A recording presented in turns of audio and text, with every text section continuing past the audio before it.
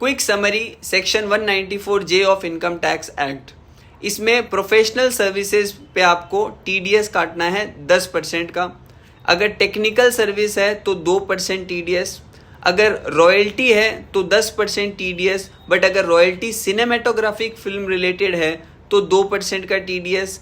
अगर किसी डायरेक्टर को कमीशन फीस देते हैं अदर देन सैलरी तो उस पर आपको 10% का टीडीएस काटना है।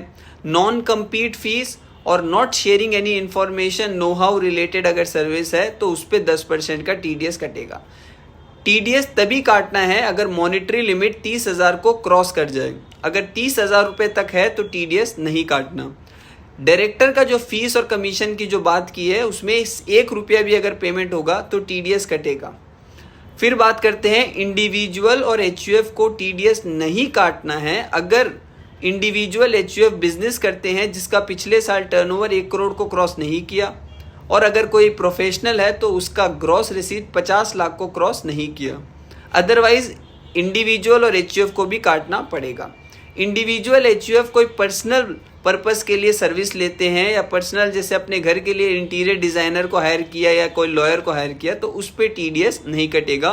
कॉल सेंटर को अगर पेमेंट करते हैं तो टीडीएस आपको 2% ही काटना है। Thank you.